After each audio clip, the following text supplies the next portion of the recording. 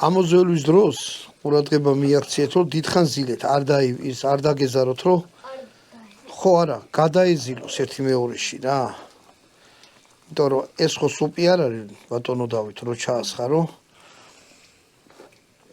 აი ეს. ეხლა გაიწიე.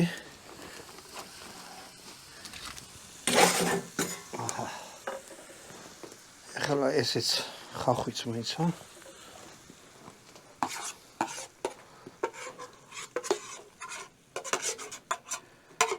ზოგ ძალიან დასუსხული უყვარს რამე, მე ძალიან არ მიყვარს ეს. ესე და ეხლა ეს ამოვსილოთ. იმის სუნიც იგზნობა და გემოც რა ქვია, გემო რა, იმის სუნი რა ქვია. ლორი რო გაუკეთეთ შეგიძლიათ. აი ერთი ფოთოლი კიდე დარჩენილა. რავი, ვისაც ლობიო გიყვართ, რო დალეთ მე სული მოგვიხსენიეთ. ეხლა ეს ზეთი ცალკე ხო იყო? ბევრი არ იყო, ცოტა იყო.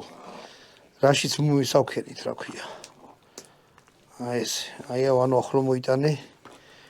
აი ესეთი მასა უნდა გაკეთეს. ეს არის სუფთა ქართული ხალხური ლობიო რა. მართალი რაჭული ლორი არა ქონდია, მაგრამ აი ესე. ბატონო დავით, მოდი აქ ეხლა მე შეხმა ჩაგირთო.